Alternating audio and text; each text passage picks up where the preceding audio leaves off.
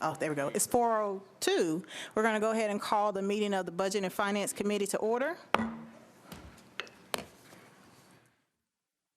All right, we're going to dive right on in, starting with Resolution 2019-130, Mendez, Rosenberg, and others, appropriate $7,578,000 for the benefit of the Metro Board of Public Education and Metro Nashville Public Schools. Move.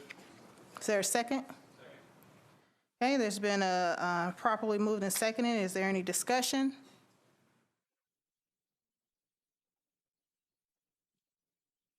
Councilmember Glover. So the first question, I guess, is do we have a letter or, and it says others. We do have a letter? Okay, all right, fine.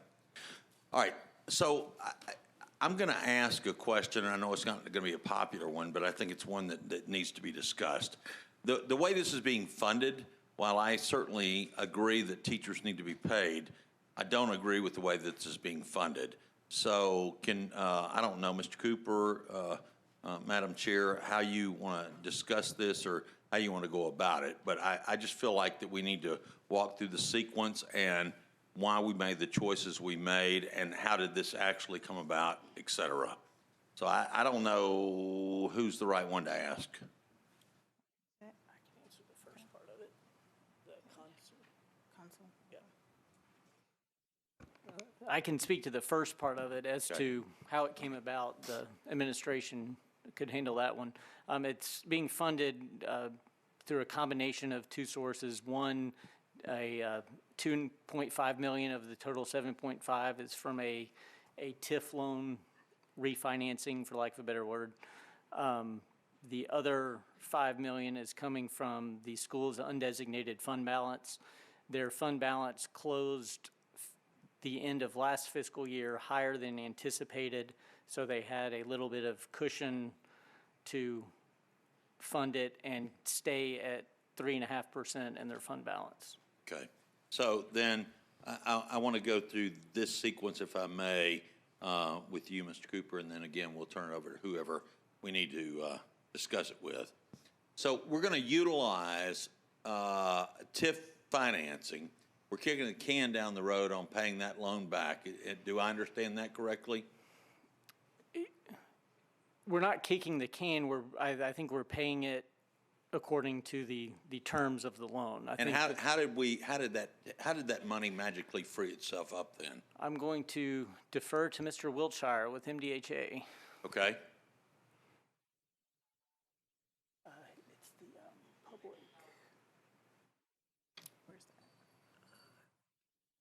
Public tank. No, that's. Is that? Thank you, Councilman. My name is Matt Wilshire. I'm the Chief Strategy and Intergovernmental Affairs Officer for MDHA. So as you no doubt know, Councilman, there are approximately 35 or 40 separate tax increment finance loans that are administered by the Metropolitan Development and Housing Agency. For the most part, those loans are performing, and many of them performing substantially better than was anticipated when the loans were first put in place. In particular, there are a couple of loans that are managed by Regions Bank, or that are the lender is Regions Bank, that are secured by properties in the Capitol Mall and in the Phillips Jackson redevelopment districts. These loans in particular have a required debt service payment each year of approximately $3.6 million. I think that's the exact number. I can get it for you precisely. But because of the outperformance of the properties underlying that loan, they're actually generating approximately $11 million of increment. And so there is essentially $7.5 million more that is being paid in property taxes each year than is required to satisfy the terms of those loans. And so in discussions with the administration, there was a decision made that instead of essentially think of it as prepaying your mortgage and your home or any other loan, paying more than you're required to, that those funds were better used to increase the pay of the teachers. Now, MDHA simply returned the money back to Metro. So Metro received the property taxes, gave it to MDHA to pay off the loans, and then MDHA sent it back upon the administration's request. I think this legislation was necessitated in part because of the internal accounting within Metro's accounting pieces, which parts of those funds, the $7.5 million that was returned to Metro, which parts could go to schools, and which parts had to remain within the general fund. And a determination was made at some point in the last several months that only 2.5 of the $7.5 million could actually go towards schools. But as Mr. Cooper said, the fund balance within schools provided sufficient funding, as I understand it, and this is way beyond the MDHA understanding of Metro accounting. There were sufficient funds within essentially excess reserves within schools to fund the $7.5 million to fund the pay raise for the last 6 months. So the MDHA piece of this is simply we requested a waiver from regions that we pay the other extra $7.5 million on top of what was required that we pay. And they said, sure, this loan is performing. We feel good about the loan. You don't have to prepay the loan, essentially. And so the funds were returned to Metro. Okay, well, I'm not, not always the greatest in math, but does anything about this reduce the amount of money that will have to be repaid in the overall bonds or loan? Whatever wording we choose to use, is there anything about this that does not require us to pay back what was originally borrowed and how ultimately the loan will have to be repaid? And maybe that's the part that I'm not connecting on. I mean, the loan will have to be repaid. The question is whether you pay it down early or not. Okay. And in this case, you've got more money coming in than you need to make the payment on the loan. And so therefore, it's freed up at Metro's request to be used for other Metro purposes. And are we guaranteed that'll occur again next year and the year after and the year after and the year after and there? there? It depends on property values. Okay. And I think that's the whole point right there, because the other $5 million is coming from where? The school's fund balance. Okay. So we're going to, and look, let me emphasize this, because I know it's going to make teachers mad when I'm saying this, but there's a reason I'm saying it. We're taking money out of our savings account to give a raise that will become a recurring cost. No buts, no ifs, no ands. It will become a recurring cost because of the way that state law is set up. And with that being realized, I'm just trying to figure out how do we exactly justify doing this, because the way I run the math, then we already know we've got a $15 million tab next year before we go into it, as far as the actually funding the full 3%.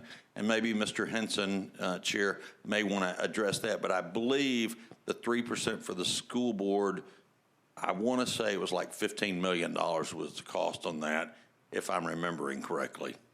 Yeah, I think the 7.5 was for the end of till the end of the fiscal year, which is a 6 month. Which is 1.5, 1.5 for the remainder of this year, and then it moves to a full 3 for full funding. I mean, they're only going to get the half a year. We can call it 3 if we want to, but at the end of the day, it's 3% effective January 1st, but it's $7.5 million to pay for that over 6 months until the end of the fiscal year. So next fiscal year, it would be.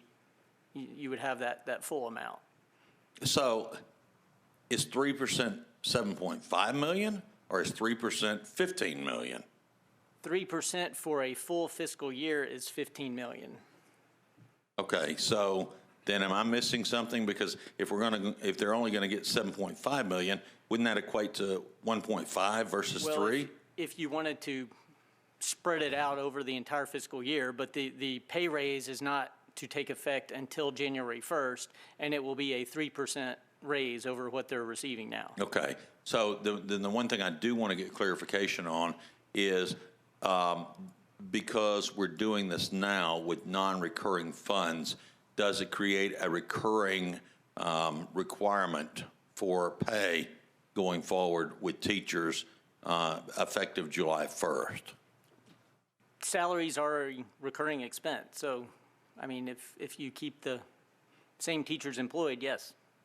Okay, and so, again, look, I don't think any of us think, our teachers, our police, our fire, our first responders, our employees, I don't think any of us are arguing over that. And I'm not debating that piece of it.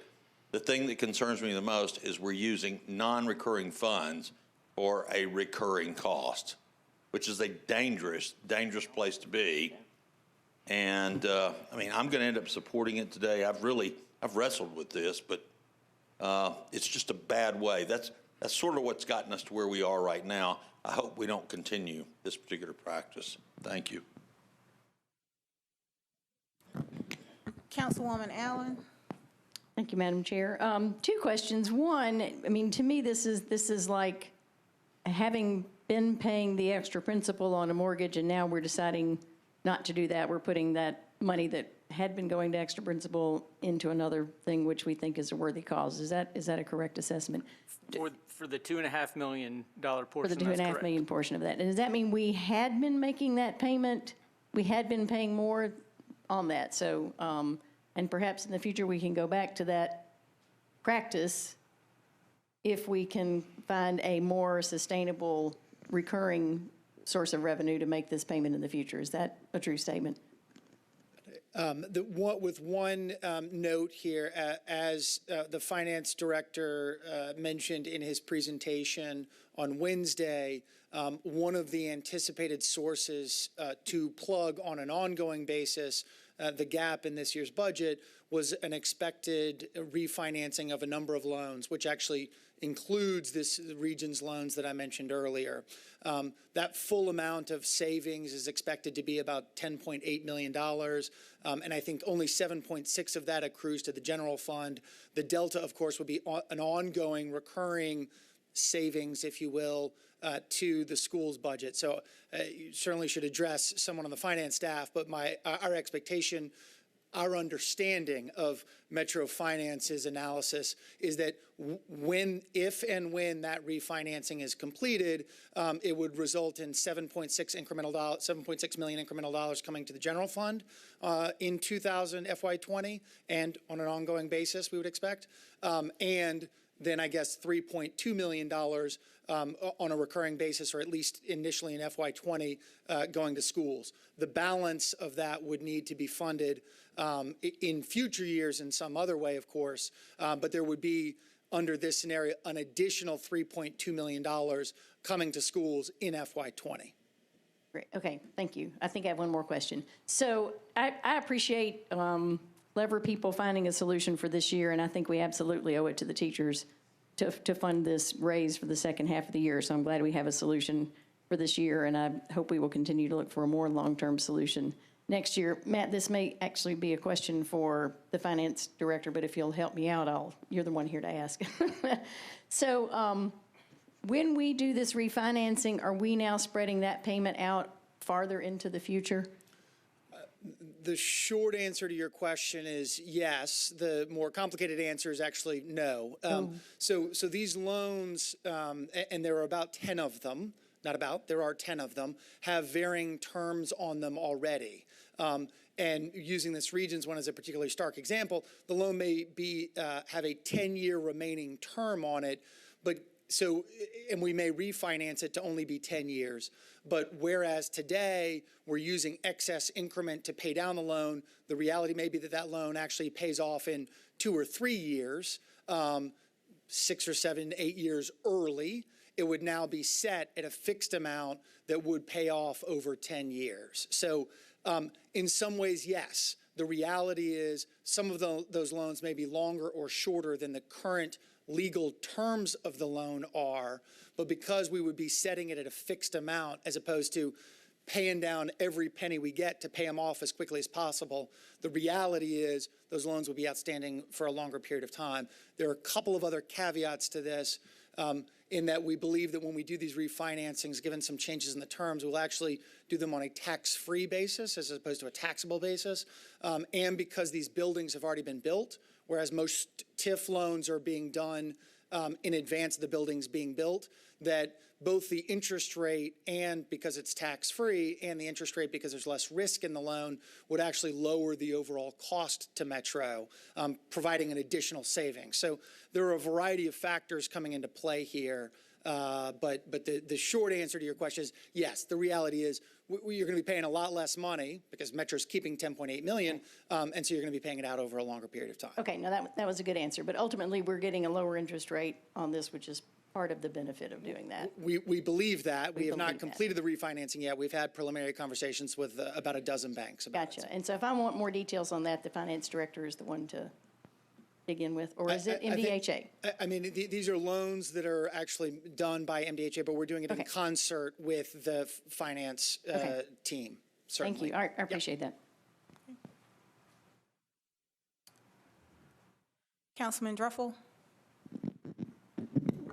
Yeah, the question I had is, we are taking $5 million from excess reserves for schools. What is our total excess reserves for schools? I'm curious. Is that all of it, or is that just what portion? No, it's my understanding that it would, after this appropriation, it would remain at about 3.5%, which is 32 million. Okay. So it's just draining a little bit of it. Okay, Correct. thanks.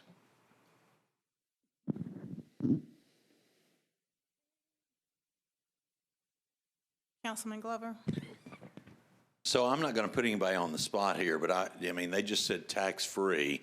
So is this tax-free municipal bonds? What type of bonds exactly is this going to be? So if you guys could get that answer, I'd like to know what makes this different from the other bonding covenants that have occurred in the past.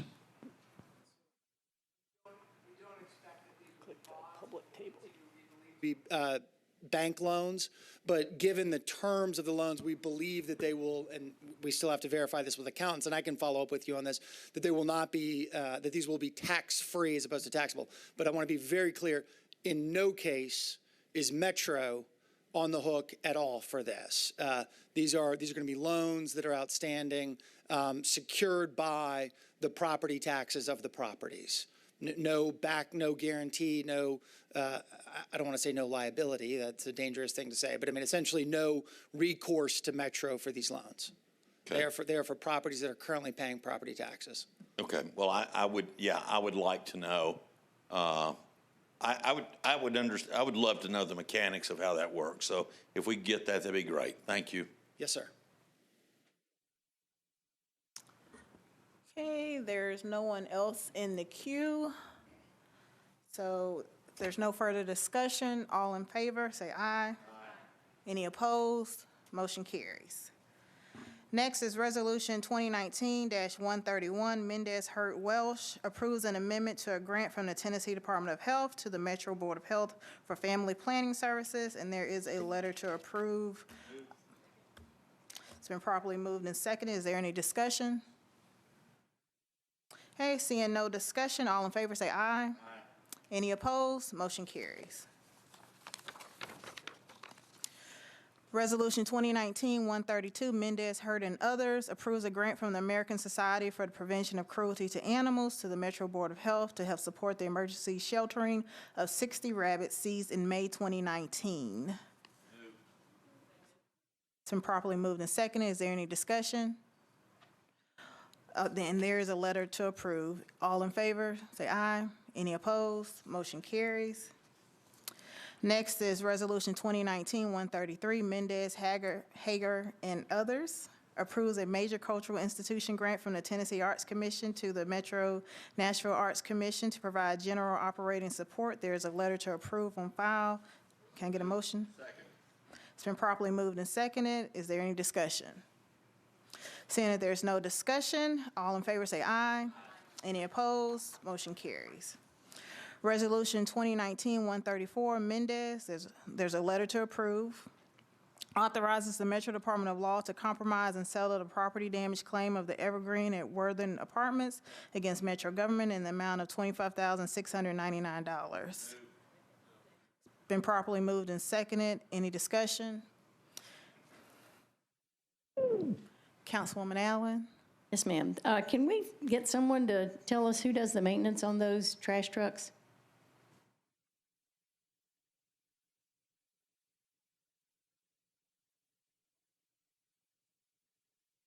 Sharon Wallstrom with Public Works, and it is general services. And if I remember right, these breaks have been worked on a couple of times or something. Is there an issue with I that? don't have the detailed report with me. I'd have to go back and get you that information. Okay, if you could get that, I'd appreciate it. Thank you.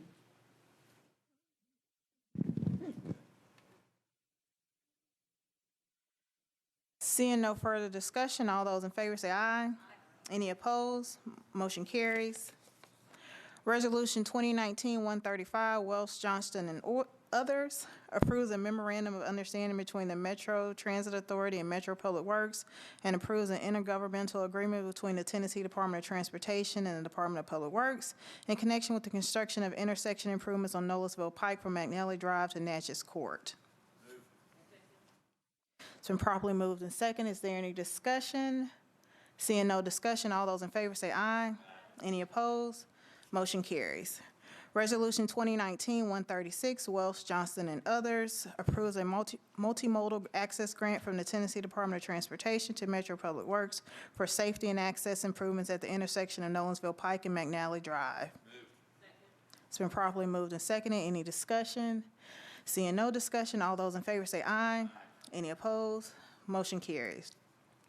Resolution 2019-137, Toombs, Gamble, and others, approves a hazard mitigation grant from the Tennessee Emergency Management Agency to the Metro Nashville Water and Sewage Services Department for flood mitigation. It's been properly moved and seconded. Is there any discussion? Councilwoman Allen? Thank you, Madam Chair. Could we get somebody to tell us what this is going to be used for?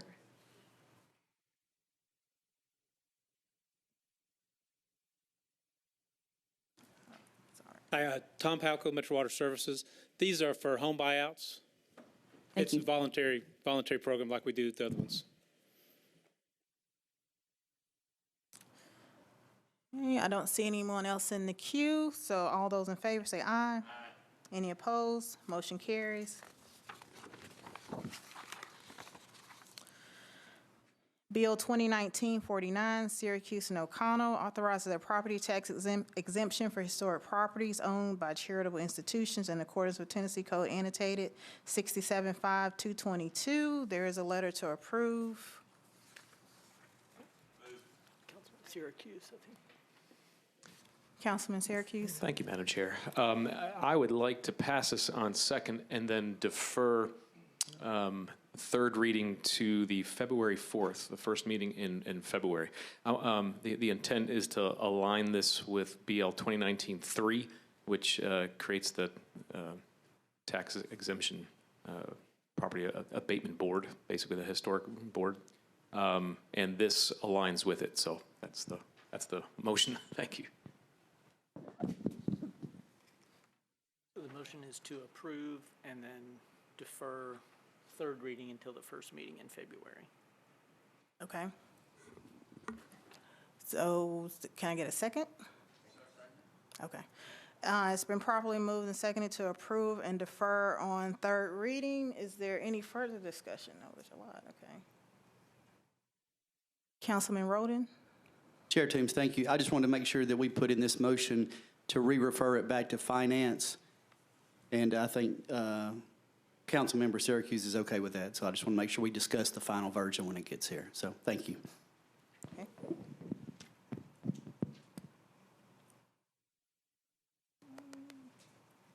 Councilwoman Allen? Thank you, Madam Chair. I just wondered, could we get a couple of examples of what types of our properties this would refer to or apply to?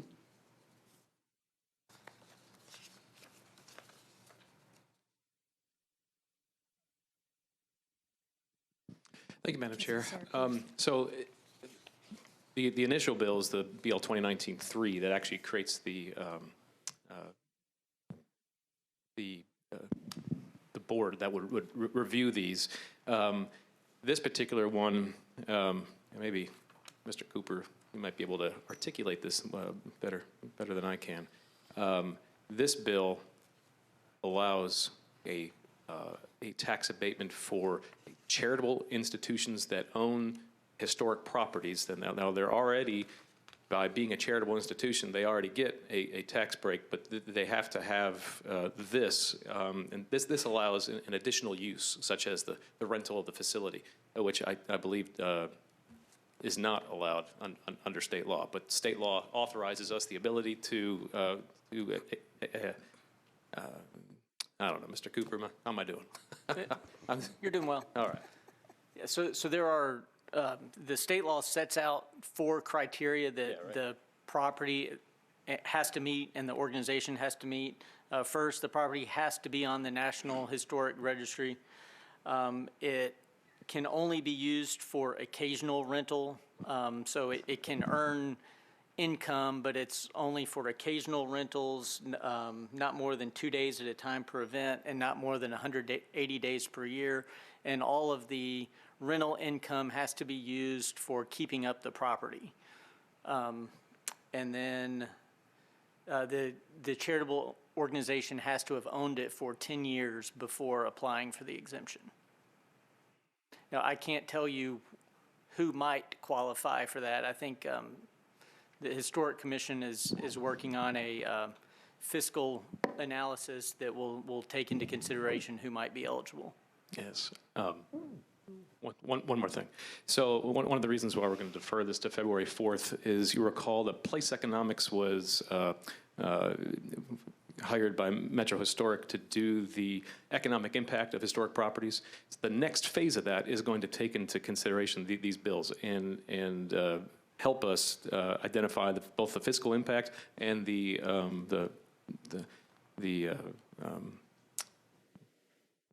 benefit, really. So that's the next phase. That project won't be done until early January, I'm told. So then I wanted to give it enough time to have some further meetings with Metro Finance, the administration. We've already had meetings with assessor, trustee. So it's just taking a little more time than just taking more time. Okay, I appreciate you doing your homework, and I think it's great that we all know we benefit from preserving these historic properties. So I appreciate the work you've done on this, and just want to make sure I understand it. Thank you.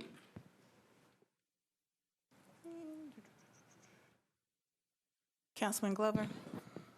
So, Mr. Cooper, I like to be a stickler. I know that Councilmember Roden had suggested that the motion be made for it to be re-referred back into. Does that actually need to go into the record, please? I think if Councilman Syracuse will renew his motion with a re-referral, that'll. Okay, yeah, all right, I would appreciate it. Thank you.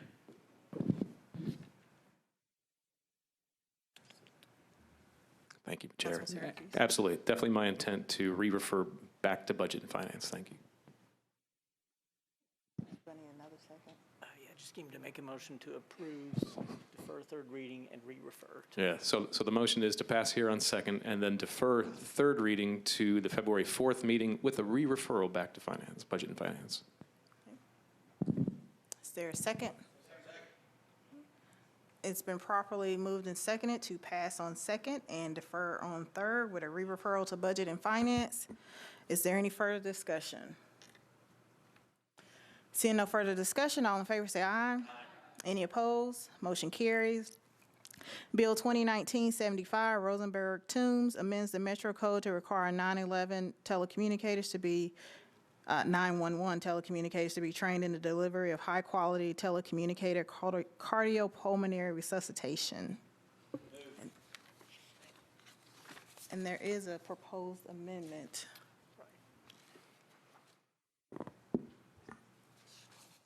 Councilman Syracuse, you may want to call on Councilman Rosenberg to see what he wants to do. Where is he? Top left. Top left. To the top. What's top? Am I blind?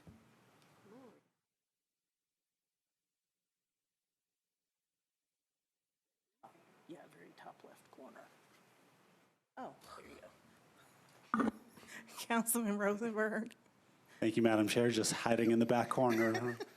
There's an amendment in the packet I'd ask for y'all to approve and then pass on second reading, and I'm happy to answer any questions. Thank you. Need to get a motion on the amendment. Okay, it's been properly moved and seconded to approve the amendment. Is there any discussion? Councilwoman Allen, do you have discussion on the amendment? Just, are you going to give a brief explanation of the amendment before we vote?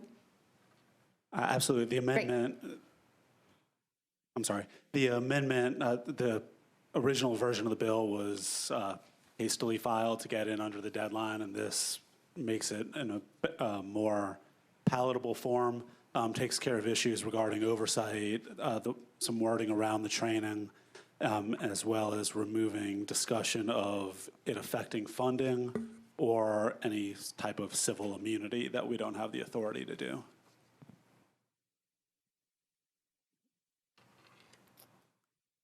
The long and short of the bill in its entirety is that currently 911 operators in Nashville do have training in CPR, and this codifies that practice to ensure it continues moving forward.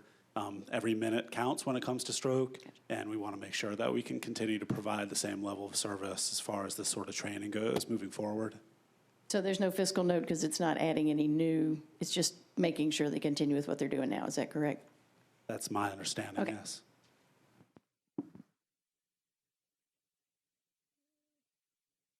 Councilman Roden? Thank you, Chair. Mr. Cooper, could you explain the second part where we're removing the civil immunity clause in that entire two paragraphs Yeah, and what so- we're doing there? So Metro does not have the authority to grant itself immunity. Well, we haven't, We have the Tort Liability right, Act, so- which gives, yeah, so we can't do anything greater than the what's provided in the Tort Liability Act. so I guess, are we setting ourselves up for liability? No If they more- do not have this training, are we going to be liable? That's kind of hard to answer. Well, if I'm an attorney, I'm going to say, do So- you have the training? And if so they say right- no, I'm going to say, well, then, Metro's negligent. Right now, they provide the training. So they're not changing their practice or their training standard. I don't know if codifying it makes it a greater liability or not. So we already do this. We already do the training, yes, sir. So then why are we doing this legislation? I think as Councilman Rosenberg said, this would just codify the existing practice. Has anyone said we're going to be changing our practice anytime soon? I'll have to defer to the sponsor on that. Thank you. What we're doing now is great for you if you have a stroke next week, but we'd like to make sure that if you have a stroke in 2 years, that you're protected as well. Once again, I'll ask my question. Has anyone said we're going to change our current practice? Nope, and this will guarantee it.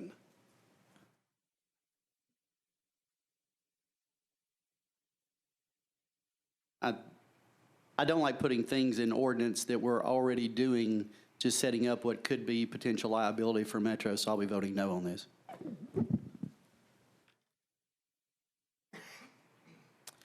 Councilman Glover? Councilman Roten covered most of mine.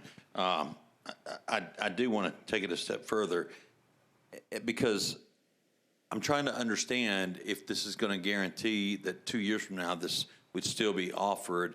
If there's not a fiscal note to it, what exactly does this do that's not being done now? The liability piece, I think Councilman Roten covered that very, very well. I have difficulty understanding this one as well. So right now, they are providing the training. If this ordinance passed, they would be required by law, by Metro law, to continue to provide that training. So they could not make, an executive decision or administrative decision to stop the training. So I'm just going to expand to a degree, and I'll stop after this. But what makes us fearful that's going to stop for something of this magnitude? I don't have any information. Okay, all right, thank you. Thank you, Madam Chair. This is something that Nashville does, but there are many, many areas of the country that do not provide this sort of training to their 911 operators. And for us to continue to ensure that we can provide that level of service to people and save lives, there's no legitimate argument for not codifying this practice and ensuring that we provide this moving forward. Councilwoman Suara. Thank you, Chair. The way that I read it, and I just want to ask the sponsor, I'm looking at something that says TCPR. Is that different from CPR? Are we doing CPR training now, and this is trying to say we need to do TCPR? CPR just means CPR over the telephone. The T is for That's telephone. what the T is for, so doing CPR over the telephone. So right now, we do give instructions over the telephone, so we're already doing that. Correct. Okay. Thank you.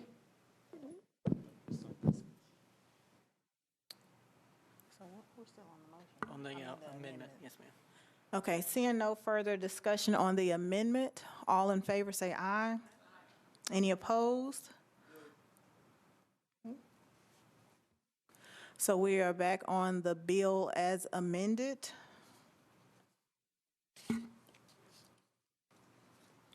Do I have a motion? It's been properly moved and seconded to approve the bill as amended. Is there any discussion? Councilman Glover. Just out of, for conversational sake, because I think there are some lingering questions, and as opposed to just voting no on the bill as a whole, I would wonder if the sponsor would entertain one meeting deferral and answer just a few of these questions in order for us to, I guess, either get more comfortable with it or convince ourselves that it's really not necessary. And it doesn't make any difference. If we're going to go ahead and go through with it right now, I'm going to vote no because I don't really understand it well enough to know which way we're going. So anyway, thank you. Councilman Rosenberg, did you want to amend your motion? No, I don't think there are really any outstanding questions on it, so I'd like to move forward if the committee is willing. Councilwoman Allen. Thank you, Madam Chair. I understand the question about more information, just to make sure we could understand it. Would it be possible to ask someone from the Emergency Services Department to come to Health and Hospitals meeting tomorrow just to answer questions about what they do? That might be helpful.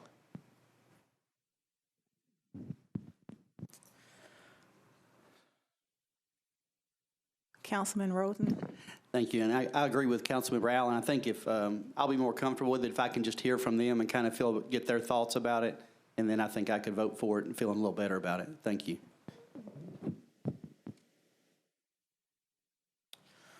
All right, seeing no further discussion, all those in favor of the motion say aye.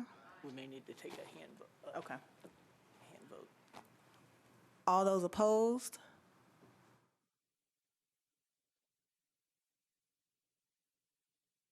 Or 2 against. All right, it's Thank 4 you. for, 2 against, motion carries. Bill 2019-95, Sledge, Hurt, and Swara, amends the Metro Code to require diaper changing facilities in certain public restrooms. Is there a motion? It's been properly moved and seconded. Is there any discussion? Councilman Sledge, did you have anything? Okay. Councilwoman Benedict? Thank you, Chair.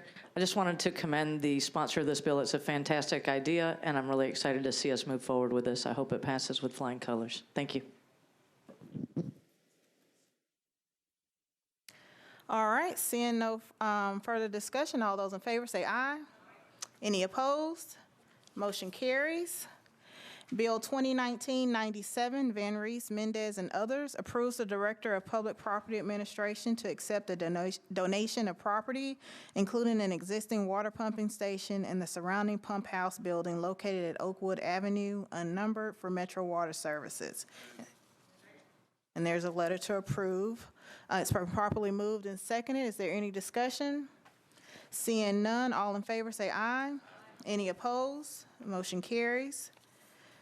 Bill 2019-3, Syracuse, Murphy, and others, amends the Metro Code authorizing Metro government to come under the provisions of Tennessee Code Annotated, Section 67-5218, and establishing a historic property review board empowered to abate property taxes relating to certain improvements or restorations made to historic properties.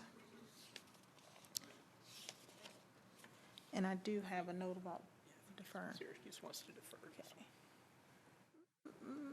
Councilman Syracuse? Thank you, Madam Chair. Yes, so as we talked about in the last one, I'm going to move to defer to the February 4th meeting with a re-referral back to Budget and Finance. Thank you. Okay, it's been properly moved and seconded to defer to the 2-4 meeting and a re-referral to Budget and Finance. Is there any discussion? Seeing none, all in favor say aye. Any opposed? Motion carries. And that completes the agenda.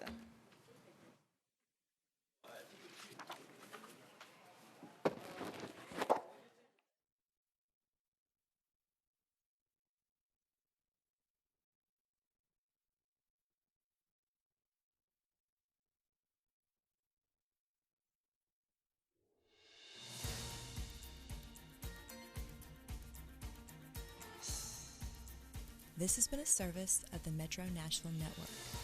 If you would like to see this presentation again, or for more information about this and other programs, visit nashville.org.